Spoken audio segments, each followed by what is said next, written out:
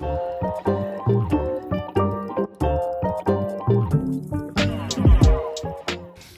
everybody, welcome to Doodles Bakes.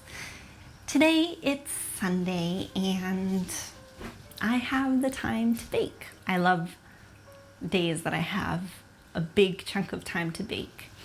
And because I have so much time today, I decided to make a cheesecake. Cheesecake is one of those things that just takes patience, a lot of patience. It's really easy to have a cracked top. It's really easy for it to sink in the middle. A lot of things can go wrong. It usually tastes great no matter what, but it just doesn't always turn out right. So I wanted to give myself the time and challenge myself to see if I can get it just right today. So before I get started on my cheesecake batter, I'm going to prepare the raspberry swirl topping.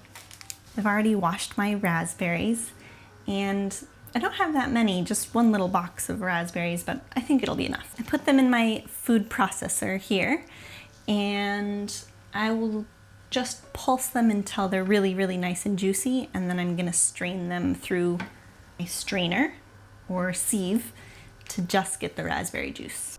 It's gonna be loud.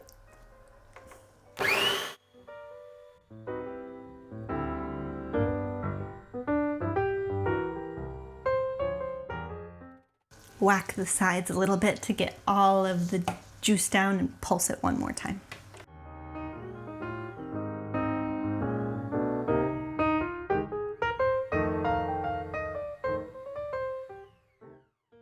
I don't want to let any little bit of it go to waste, so I'll scrape it off the top here.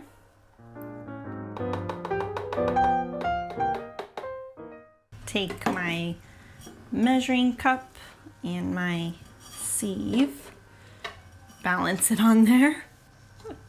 Into the sieve it goes.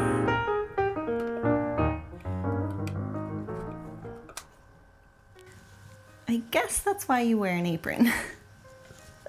Now, I'm just setting my food processor bits aside for a second because I'm going to use it again in just a second. I find the easiest way to strain things is to use the back edge of a spoon and just gently push it through the sieve. This is just the first step of the whole cheesecake process this morning, and already it takes patience. It's gonna be worth it though.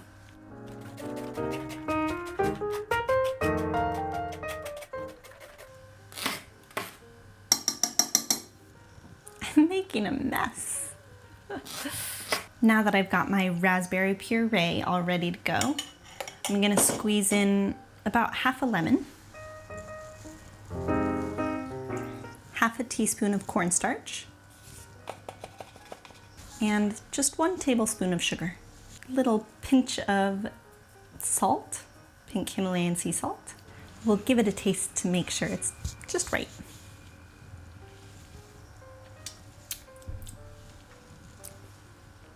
Delicious.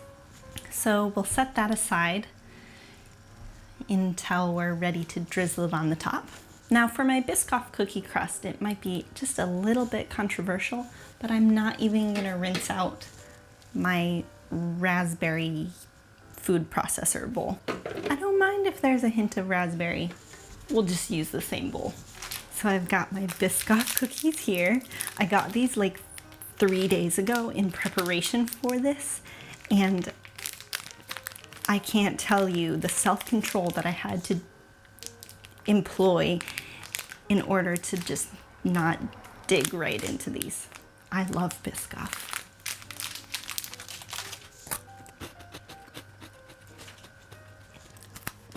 Okay.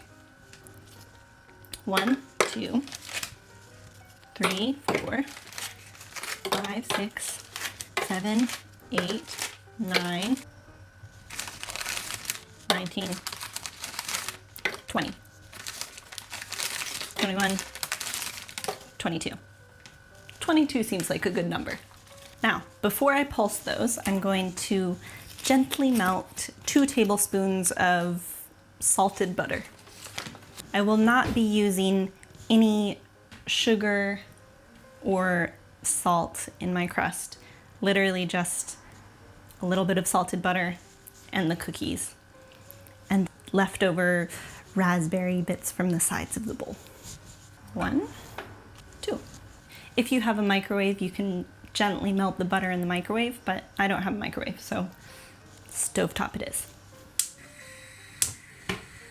While that's melting, I can pulse my cookies. Okay, that literally took 10 seconds to melt. So now we just pour it in here.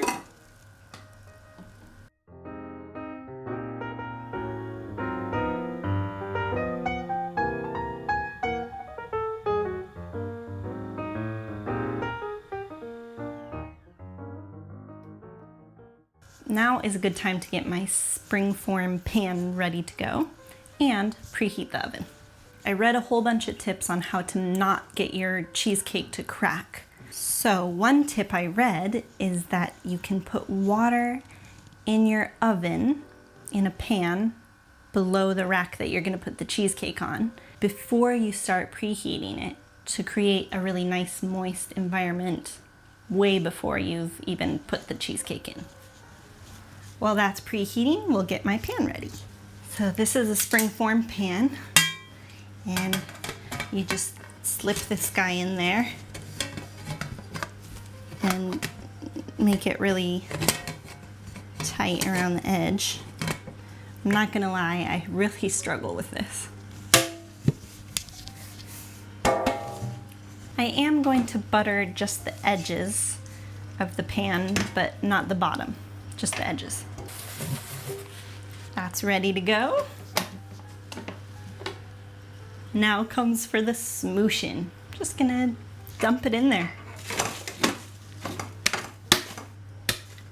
To get a really nice even crust for a cheesecake or a tart or whatever you're doing, I like to use the bottom of the glass and just flatten it or smoosh it in there. Now, before I get to my cream cheese batter, I'm going to pop this in the oven as it preheats for 10 minutes, 15 minutes if the oven's still really cold. The final step is the cheesecake batter, the star of the show. I've got in here about 360 grams of plain unsweetened yogurt. I just never buy sour cream anymore. I always use yogurt. I've got 2 180 gram packs of Philadelphia cream cheese and 3 eggs. Now, you might be wondering why I have my 3 eggs in a bowl of water.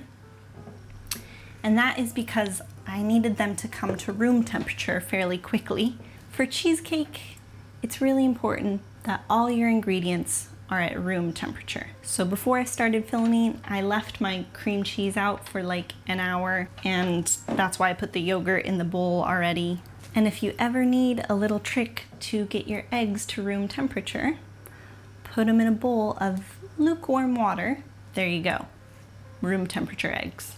First thing I'll be doing is thoroughly combining my cream cheese and my yogurt. A lot of recipes ask for like 32 ounces of cream cheese or 24 ounces of cream cheese and sour cream, but I just never have that much cream cheese. So I always cheat a little bit and add a little bit more yogurt or sour cream and a little less cream cheese. I think it's just as nice. But you can make it yourself and let me know what you think. So before I jump in with my whisk, I'm just gonna break it down with the spoon. Because it's room temperature, I didn't really have to soften it in the microwave or anything. It's really easy to break down. So it looks like this now, pretty combined. I'll jump in with my whisk now. So my cheesecake crust has been in the oven for about 8 minutes, but I can smell it already becoming really fragrant, so I'm gonna take it out now. Now I'm going to add in my 1 cup of sugar. I'm adding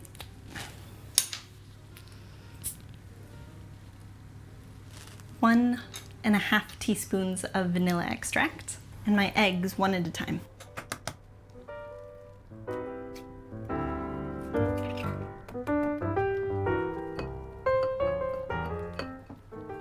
Second egg.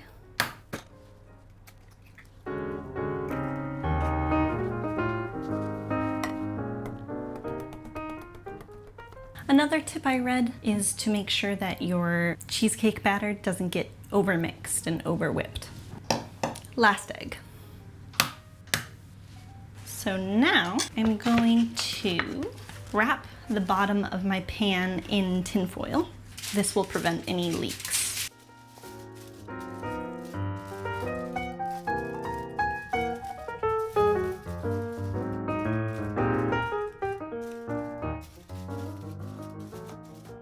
And then I'm going to put the pan in a baking tray just so it's easier to put in and out of the oven and it's just a little bit more stable. I'm going to ladle about half of the mixture into the pan or pour it. Just drizzle a little bit of my raspberry mixture on the top of that, but not half, just maybe like a third. I want to save most of it for the top.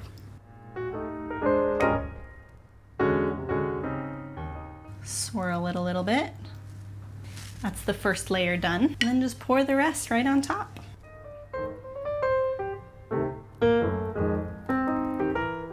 So when I poured the rest of the mixture on, it didn't layer like I expected, which I should have expected. Anyway, now it has raspberry swirl along the edge. I don't think it's a bad thing. It's kind of pretty. Anyway, time for the rest of the raspberry swirl. I'm just gonna drizzle it in lines and then I will kind of feather it along the top. I think it's ready to go in the oven. See you back here in 1 hour. So I just got the cheesecake out of the oven and I think it looks pretty good. It did crack. Although I'm not sure crack is the right word. It's like the raspberry filling was heavy in comparison to the cheesecake mixture, so it sank and then created a divide. Despite all the things I read before starting this journey, it cracked just a little bit, as you can see here. I'm a bit disappointed, but what are you gonna do? Overall, I'm pretty happy with how it turned out. Now, I just have to be patient for a little while longer till it completely cools very slowly to room temperature, about an hour or so. And then I can put it in the fridge for 5-6 hours and eat it, or wait overnight and eat it tomorrow. Knowing me, I probably won't be able to wait until tomorrow, so it'll go in the fridge. As soon as it's cool enough to slice, I'll cut it up and show you what it looks like inside. Try making a cheesecake. Let me know if you can make a cheesecake without a crack on the top. Get some berries, puree them, whip up some cream cheese and yogurt, add some sugar. There you go, got a cheesecake. That's all. Thanks so much for watching today's video. I hope you enjoyed it. I hope you're enjoying my whole adventure with baking videos on YouTube, and I hope that you've checked out my Instagram.